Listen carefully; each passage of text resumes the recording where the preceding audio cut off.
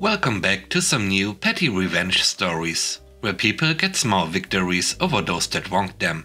I hope you had a great day. The first story is called Extra Charges. This happened a few years ago. My girlfriend at the time, now wife, and I used to vacation in Asheville, booking cabins through our rental company. She grew up there and loved it. Plus, she had friends and family in the area that we would visit while there. One of the rules the company had was that no extra guests were allowed to stay overnight, or there would be a fee. This rule never bothered us, as we never planned on having that. But we did invite a couple of friends over to hang out for a little while. They got there around 7 to 8 and stayed until about 11 PM before heading home. We finished the trip, had a great time and went home thinking all was good. A couple of days after we got home, I got an email from a woman in the rental company. She claimed that their maintenance guy saw that we had people stay over and we were being charged an extra $200 for breaking occupancy rules. Next came a back and forth between her and me, where I told them no one stayed overnight and that they left around 10:30 to 11 PM. But she claimed to me that occupancy is anyone being in the cabin at all, which made no sense. I looked up the legal definition of occupancy, which did not side with her, but she told me it didn't matter and they would charge me the extra 200. Cue the revenge. Between my girlfriend and I, we got about 8 people with 20 different Google accounts, all leaving 1-star reviews on the company's Google page. This took their rating of around 4.4 all the way down to mid-3 stars. It was a local company. Well, someone higher up must have gotten wind of this and they knew exactly who did it. Within a couple of hours, I got several emails from the original woman and her supervisor. They were apologizing for the misunderstanding and asked how they could get us to take down the bad reviews. After telling them it was clearly not a misunderstanding, I told them to kick rocks, since they wanted to treat us that way. We ended up getting an offer of 200 off for our next visit if we took the reviews down. And they obviously refunded me that extra 200 plus another 100 off that stay. Karen, I hope you understand what occupancy means now, if you still have a job. The next story is called Moving Furniture.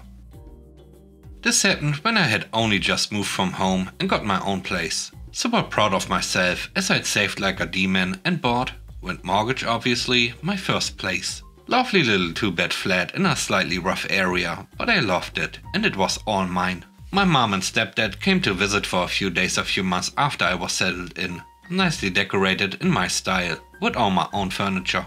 One of the evenings they stayed, I had to work a late shift. They planned to go out for dinner and to the pub, and I left them to it.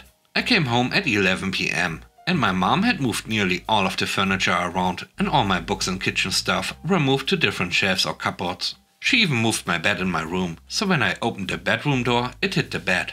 I was mad, so I angrily fixed what I could that night before going to bed. I spoke to her about it the next day, explained that it's my home, and I had it how I liked it, so stop please. I put everything else back, which took hours. She grumbled the whole time that it looked better her way. On the last day, I nipped out to the shops to get us some nice bits for lunch, and in the hour I was gone, she'd done it again. She moved all my kitchen stuff around to where she liked it. Again, I told her off. My house, my rules. She still maintained that it was better her way, and I should just let her do it. Fine, I let her do what she wanted and put stuff back when they left. I went to visit their house 6 months later and did it to her. She went out to work one day and I rearranged every bit of furniture I could by myself. Everything. Swapped the dining room and living room furniture over so you had to walk food through the living room and across the hallway to get to the dining room. I swapped the bedroom and guest room curtains over. The windows were different sizes, so the now bedroom curtains were 2 feet too short. Even the pointless little things like moving the spoons to a different side of the drawer and moving every photo on the walls to a different wall.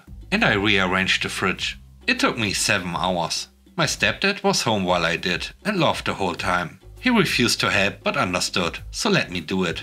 Neither I nor my stepdad said anything when she got home. We just sat watching TV, which was now in what was their dining room, and I asked her how work was. She didn't say a word.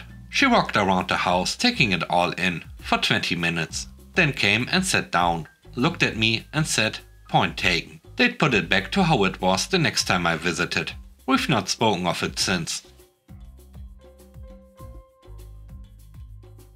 The last story is called Shakespeare. This happened back in the late 90s during my senior year in high school. My English literature teacher, Mrs. H, had this absolute fixation on Shakespeare for some reason. During the whole year we didn't learn anything about any other English authors or poets or anything really. Some people complained, but she had been there for so long the school couldn't really do anything. I even saw her picture in the faculty section of my mother's yearbook from the same school, with the same hairdo. Also, she disliked kids and was crazy. Me having long hair and a goatee?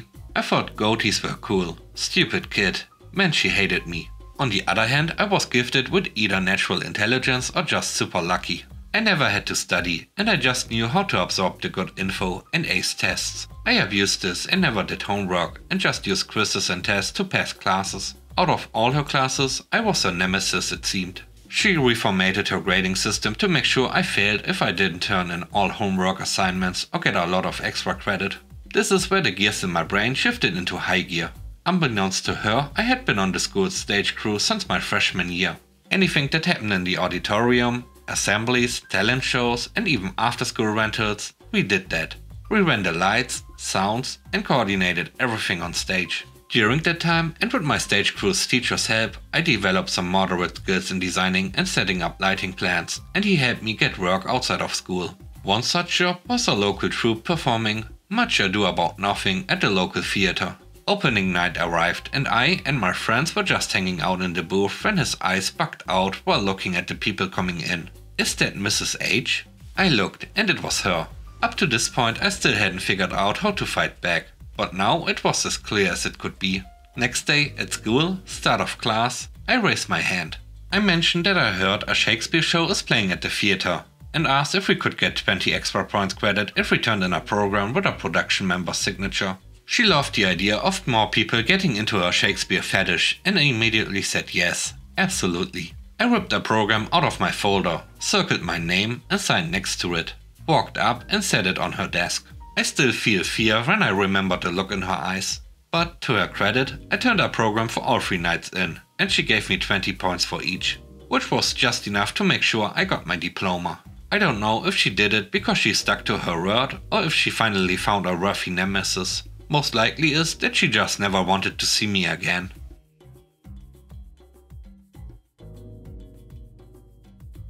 Thanks for watching the video to the end. I hope you enjoyed it. Please don't forget to leave a like, comment and subscribe. And if you have time, watch another one of my videos. And now, I hope you have a great day. See you soon. Bye bye.